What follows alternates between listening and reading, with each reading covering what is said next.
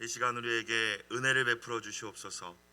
말씀을 듣고 기도할 때 각 사람에게 성령의 충만함을 허락하여 주시고 세상 그 무엇보다도 주님을 더욱 사랑하는 마음을 우리 가운데 부어 주시옵소서. 하나님, 이 시간 우리가 말씀을 듣고 또한 기도할 때 우리 가운데 있는 모든 연약함들이, 우리가 간구하는 우리의 사랑하는 이들의 연약함들이 예수님의 이름으로 떠나가는 역사가 있게 하여 주옵소서. 예수 그리스도의 이름으로 기도드리옵나이다. 아멘. 하나님의 말씀 구약 레위기 4장 1절부터 21절까지 말씀입니다.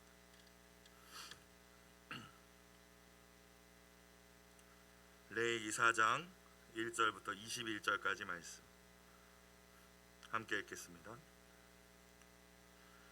여호와께서 모세에게 말씀하여 이르시되 이스라엘 자손에게 말하여 이르라.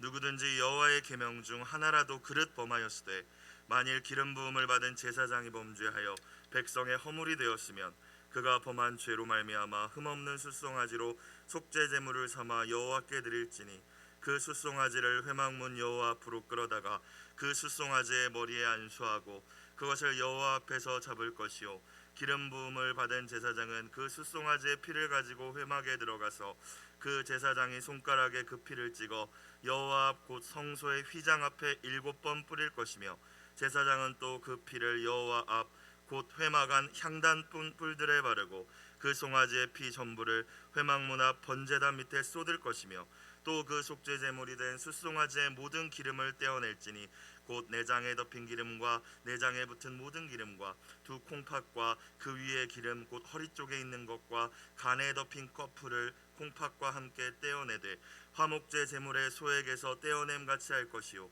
제사장은 그것을 번제단 위에서 불사를 것이며 그 숫송아지의 가죽과 그 모든 고기와 그것의 머리와 정강이와 내장과 똥 곧 그 송아지의 전체를 진영 바깥 재버리는 곳인 정결한 곳으로 가져다가 불로 나무 위에서 사르되 곧 재버리는 곳에서 불사를 찌니라. 만일 이스라엘 온 회중이 여호와의 계명 중 하나라도 부지 중에 범하여 허물이 있으나 스스로 깨닫지 못하다가 그 범한 죄를 깨달으면 회중은 숫송아지를 속죄제로 드릴지니 그것을 회막 앞으로 끌어다가 회중의 장로들이 여호와 앞에서 그 숫송아지 머리에 안수하고 그것을 여호와 앞에서 잡을 것이요 기름 부음을 받은 제사장은 그 숫송아지의 피를 가지고 회막에 들어가서 그 제사장이 손가락으로 그 피를 찍어 여호와 앞 휘장 앞에 7번 뿌릴 것이며 또 그 피로 회막 안 여호와 앞에 있는 제단 뿔들에 바르고 그 피 전부는 회막문 앞 번제단 밑에 쏟을 것이며 그것의 기름은 다 떼어 제단 위에서 불사르되 그 송아지를 속죄제의 숫송아지에게 한 것 같이 할지며 제사장은 그것으로 회중을 위하여 속죄한즉 그들이 사함을 받으리라. 그는 그 숫송아지를 진영 밖으로 가져다가 첫 번 숫송아지를 사름같이 불사를 지니 이는 회중의 속죄제니라. 아멘. 출애굽한 이스라엘 백성의 관심은 최대한 빨리 약속의 땅으로 가는 것이었습니다. 젖과 꿀이 흐르는 그 땅에 들어가서 빨리 그 평안하고 편안하고 풍요로운 삶을 누리는 것, 이것이 이스라엘 백성의 관심이었어요. 하지만 그들을 애굽에서 이끌어내신 하나님의 관심은 달랐습니다. 이스라엘 백성이 빨리 가나안에 가는 게 하나님의 관심 목적이 아니라 그 백성이 하나님 나라의 백성다운 백성, 제사장 나라의 백성다운 거룩하고 성결한 백성이 되는 것이 하나님의 관심이었습니다.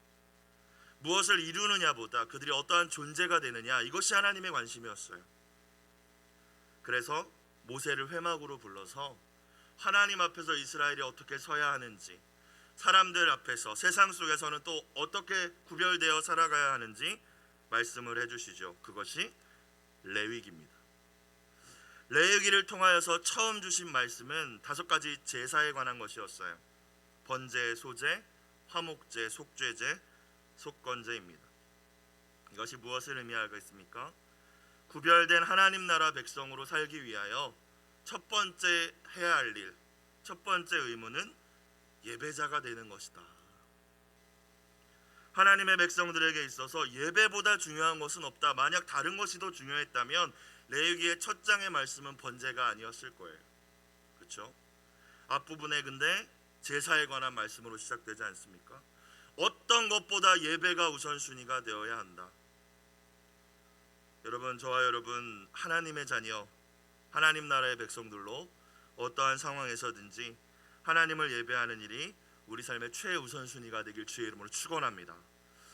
지난 특별 새벽기도 3일간 우리는 번제, 소제, 화목제 살펴보았죠. 그리고 오늘 말씀, 그리고 모레까지 속죄죄에 대한 말씀이 이어집니다. 특별히 오늘은 제사장, 대제사장과 회중, 전체 이스라엘 공동체 전체가 범죄하였을 때 드리던 속죄제 규례에 관한 말씀이죠. 다른 여타 제사들과 마찬가지로 십자가의 은혜 안에 있는 저와 여러분들은 이런 제사를 드릴 필요는 없습니다. 이 속죄제를 이런 방식으로 드릴 필요는 없어요. 우리 예수님께서 자기 몸을 단번에 드리심으로 완전한 속죄제물, 완전한 화목제물이 되어 주셨기 때문인 줄로 믿습니다. 그래서 히브리서의 기자는 이렇게 이야기를 하죠. 우리가 다시 죄를 위하여 제사 드릴 것이 없다. 그러므로 형제들아, 우리가 예수 피를 힘입어 성소에 들어갈 담력을 얻었나니. 언제나 주님 앞에 나오실 때 우리는 그래서 담대하게 나아갈 수 있게 된 줄로 믿습니다. 왜? 주님이 완벽한 속죄 제물이 되어 주셨기 때문에. 그러면 이런 제사 우리는 드릴 필요 없는데 왜 이 말씀을 읽어야 할까? 속죄제에 관해 주시는 오늘 말씀을 통하여서 우리가 깨달아야 할 것, 또 생각해야 할 것은 하나님께서 죄라는 것을 어떻게 여기시는지, 또 그 죄를 우리가 하나님의 백성들이 어떻게 처리하기 원하시는지, 은혜로 하나님의 자녀가 된 우리는 죄에 대해서 또 어떤 태도를 가지고 살아가야 하는지를 오늘 말씀을 통하여 깨닫는 은혜가 있으시길 축원합니다. 1절 2절을 다시 볼까요?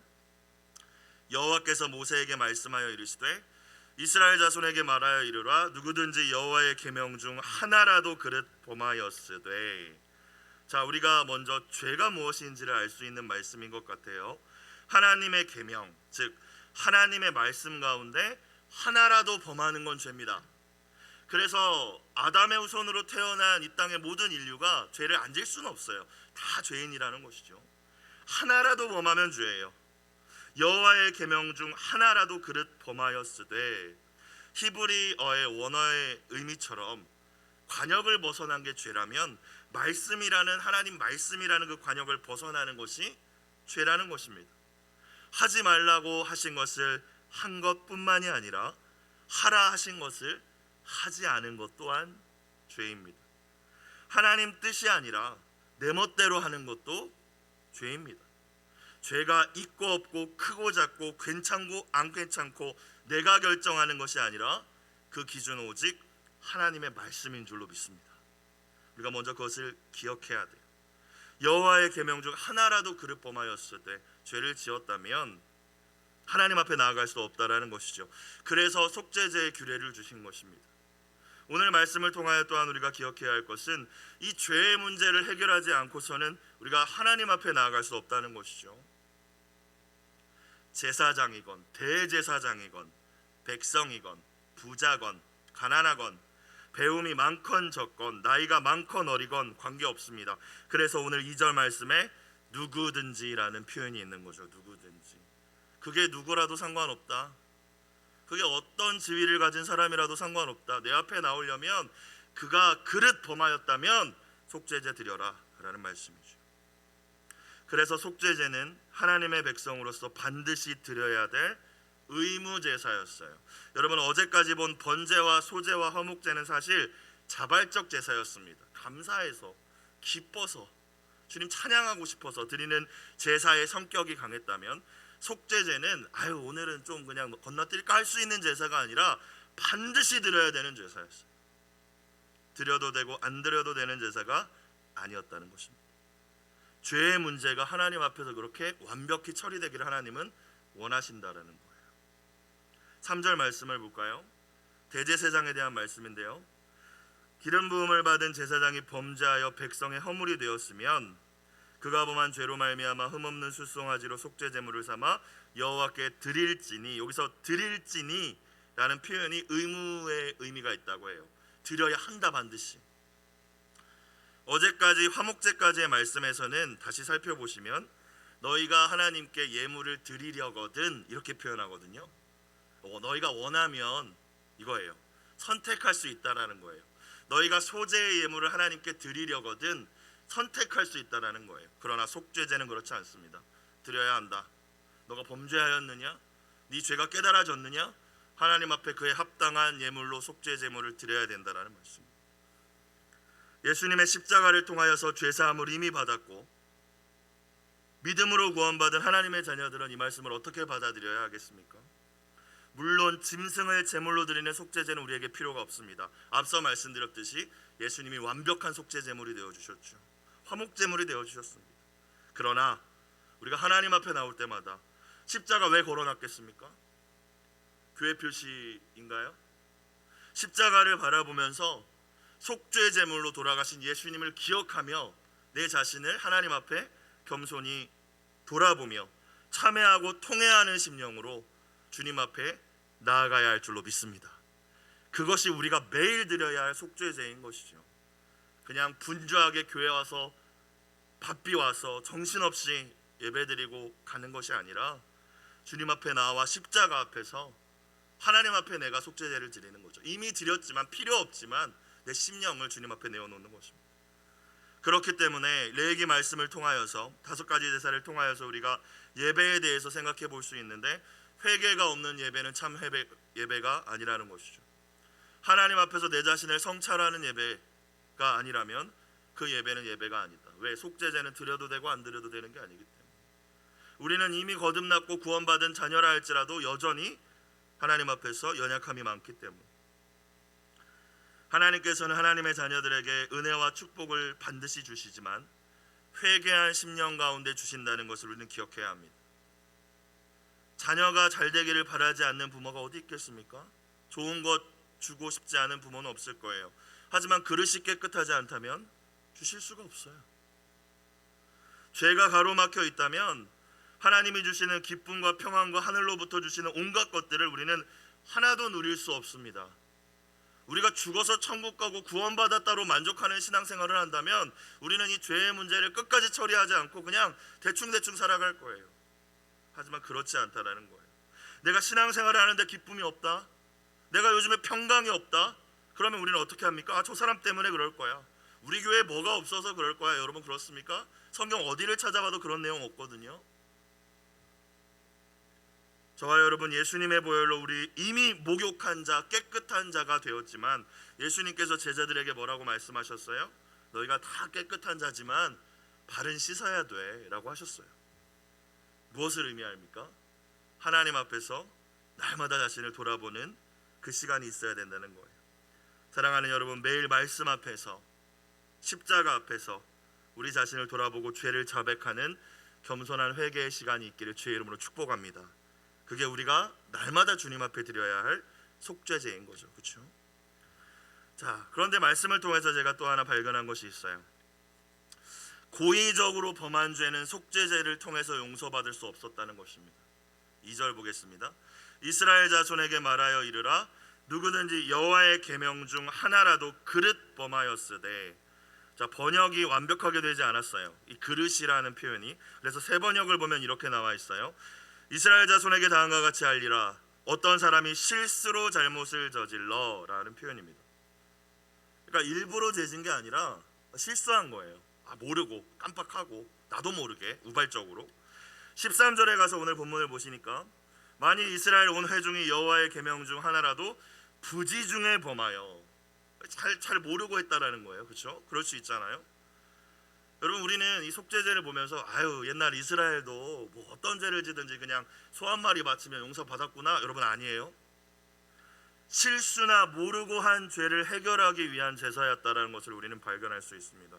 여러분 고의로 율법을 범했을 경우에는 처벌을 받아야 됐어요. 속죄제를 드리는 게 아니었습니다. 또 레위기 20장에 가서 보면은 절대로 용서받지 못하는 죄들이 있죠. 반드시 죽여야만 되는 죄들이 있습니다. 백성 중에서 끊어지는 죄가 있다라고 말씀하셨어요.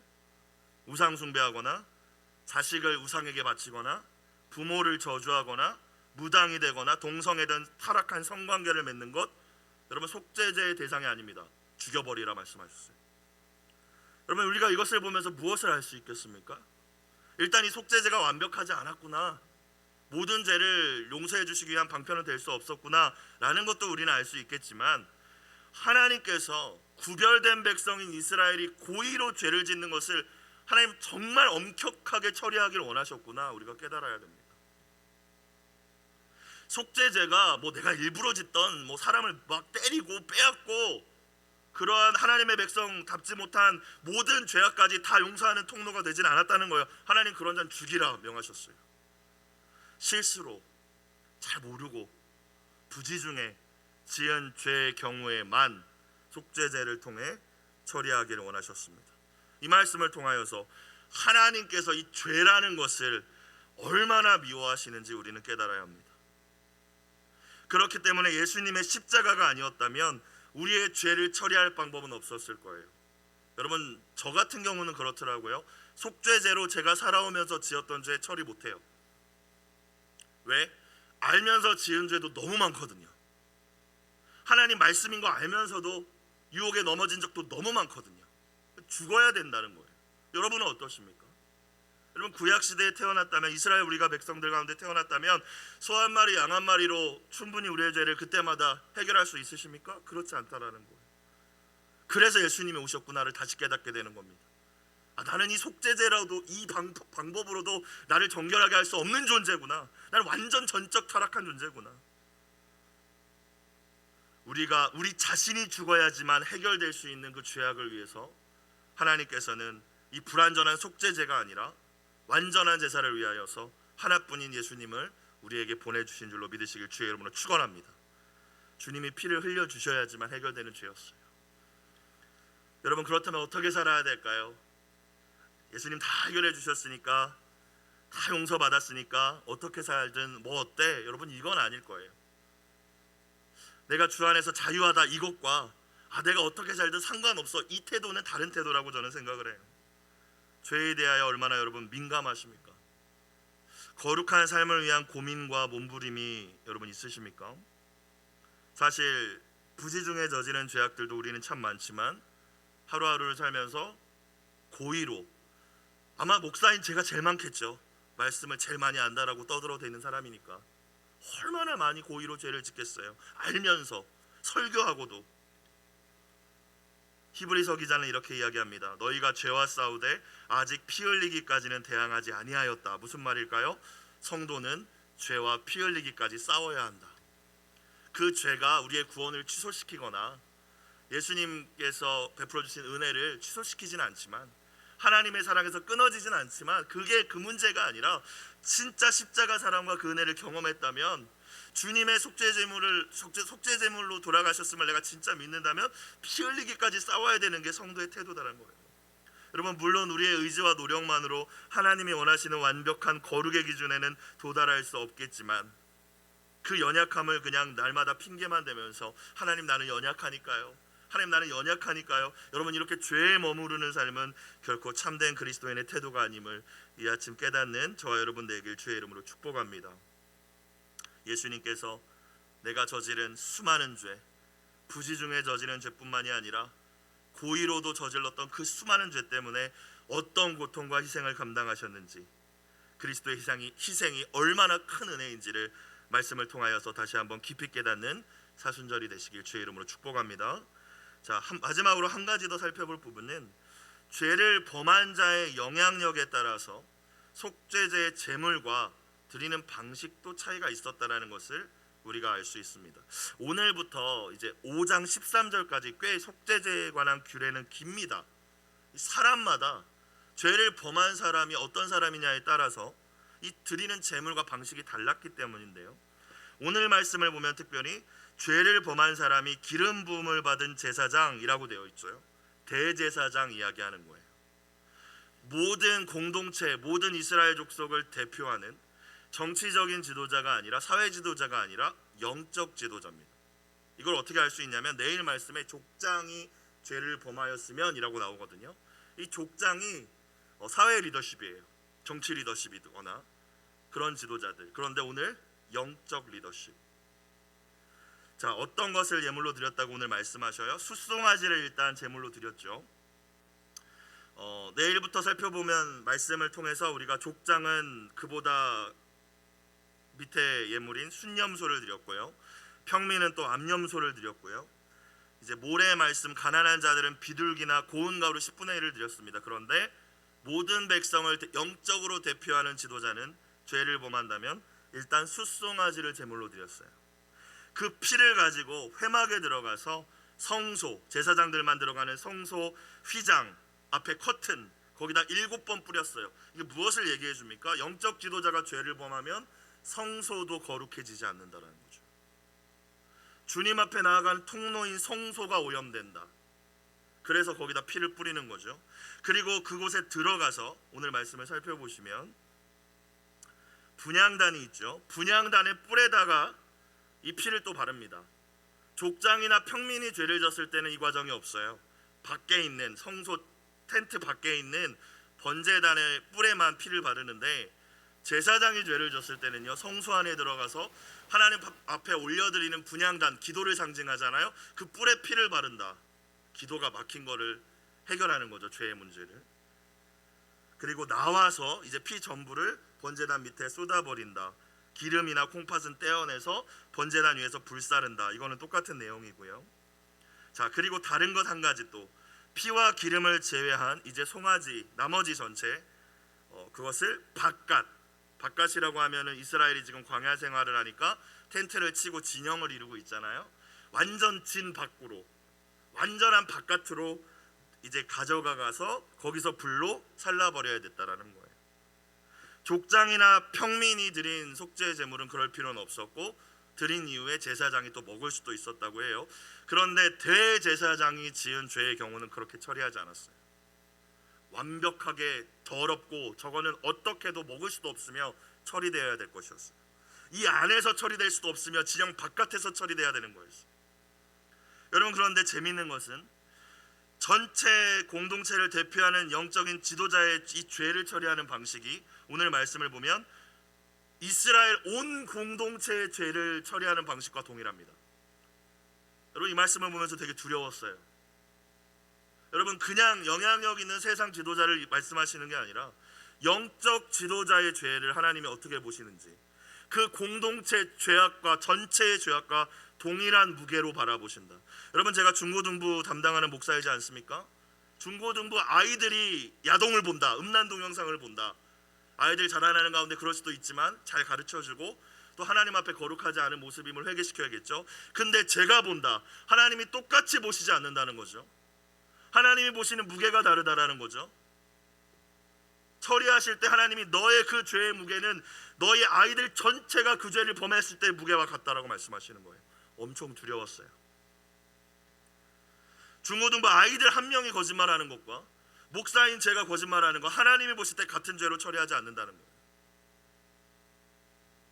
여러분, 영향력이 클수록 더 많이 더럽히기 때문입니다. 대제사장은 성소까지 더럽혀진다라고 오늘 했잖아요. 영향력 있는 교계 지도자의 타락의 소식이 들릴 때마다 가슴이 참 아파요. 그 소식으로 인하여서 수많은 사람들이 실족하여 믿음에서 떨어져 나가고 전도의 문은 막히는 것들을 바라봅니다. 야고보서 3장 1절에 보니까 그래서 이렇게 이야기했죠. 형제들아, 너희는 선생된 우리가 더 큰 심판을 받을 줄 알고 선생이 많이 되지 말라. 그런데 이미 선생이 되었다면, 영적으로 영향력 있는 자리에 계시다면, 저처럼 목사 또는 직분자분들, 목자, 목녀, 교사시라면 여러분 더욱 깨어서 거룩하게 살려고 노력하는 것이 저와 여러분이 마땅히 주님 앞에서 공동체를 위하여서 해야 할 일인 줄로 믿습니다. 그리고 언제나 교회의 지도자들과 목회자와 사역자분들을 위하여서 깨어있게 해달라고, 항상 어떠한 작은 틈이나 죄도 하나님 앞에 범하지 않게 해달라고 기도하실 수 있는 사랑하는 성도님들 다 되시길 주의 이름으로 축복합니다. 말씀 마무리할게요. 여러분, 오늘 속죄제에 관한 말씀을 통하여서 어떤 도전을 받으셨습니까? 죄를 멀리 해야겠다, 거룩하게 살아야겠다, 말씀 앞에서 죄를 깨닫게 하실 때마다 겸손히 회개해야 됐다, 실수로 또는 모르고 죄를 지었을지라도 잘못을 잘 뉘우쳐야겠다. 여러분, 그렇게 깨달으셨어도 참 좋은 묵상이지만 특별히 이 새벽에 나오신 분들은 여기서 한 걸음 더 나아가기를 도전합니다. 히브리서의 기자는 오늘 이 레위기의 본문을 인용하면서 성도들을 이렇게 도전하고 있어요. 히브리서 13장의 말씀입니다. 죄를 위한 짐승의 피는 대제사장이 가지고 성소에 들어가고 그 육체는 영문 밖에서 불사름이라. 그러므로 예수도 자기 피로써 백성을 거룩하게 하려고 성문 밖에서 고난을 받으셨느니라. 그런즉 우리도 그의 치욕을 짊어지고 영문 밖으로 그에게 나아가자. 여러분, 이것이 우리에게 오늘 주시는 도전이 아닐까요? 오늘 구약의 말씀에서 대제사장의 속죄 제물, 그 피는 성소에 뿌려지고 기름은 제단 위에 태워지고 모든 제물의 전체 부분은 이스라엘 진영 밖으로 내버려져서 태워졌습니다.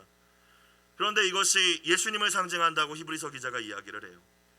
예루살렘 성 밖에서, 예루살렘 성전에서 가장 높은 곳에서 찬양과 예배받기 합당하신 그분이 예루살렘 성 밖으로 쫓겨내지어서 골고다 언덕에 오르셔서 그 바깥 곳에서, 외진 곳에서, 고통의 자리, 수치의 자리, 거절의 자리에서 십자가를 감당하셨죠. 아, 예수님 감사하다, 죄 짓지 말고 살아야지, 여기서 끝나는 것이 아니라 이제 그 정도에 머무는 신앙이 아니라 주님, 나도 주님 따라가겠습니다. 여러분, 이 신앙이 되기를 주의 이름으로 축복합니다. 크리스천으로 살면서 감당해야 될 손해와 치욕이 있을 거예요. 내가 누군가를 위한 속죄 제물처럼 살아야 되는 때가 있을 거예요. 진영 밖으로, 성문 밖으로 버림받아지고 내가 굳이 감당하지 않아야 될 고난을 받아야 될 때도 있을 거예요. 그러나 주님을 바라보시면서 주님이 나를 위한 속죄 제물이 되어주시고 그 바깥쪽에서 버림받아서 죽어주셨음을 깨닫는다면 이젠 우리도 그의 치욕을 짊어지고 영문 밖으로 나아가 그에게로 나아가야 할 줄로 믿습니다. 오늘 이 말씀을 붙들고 승리하시는 온 성도님들 되시길 주의 이름으로 축원합니다. 기도드리겠습니다. 사랑과 은혜가 풍성하신 아버지 하나님, 오늘 속죄제 말씀을 통하여서 하나님께서 얼마나 죄를 미워하시는지, 우리가 거룩한 자녀가 되기를 주님이 얼마나 원하시는지를 먼저 깨닫게 하시니 감사합니다. 또한 어떤 속죄제물로도 용서받을 수 없는 저희를 용서하시고 구원하시기 위하여 독생자 예수님을 속죄제물로 삼으시고 이제는 그 은혜로 성소에 들어갈 담력을 얻게 하시니 감사합니다. 이 사순절 십자가의 그 은혜와 아버지의 사랑을 더욱 깊이 묵상하며 주님 가신 그 길을 묵묵히 따라가는 저희가 되게 하여 주옵소서. 고난을 통하여 주님과 더욱 가까워지는 온 성도들이 되게 하여 주옵소서.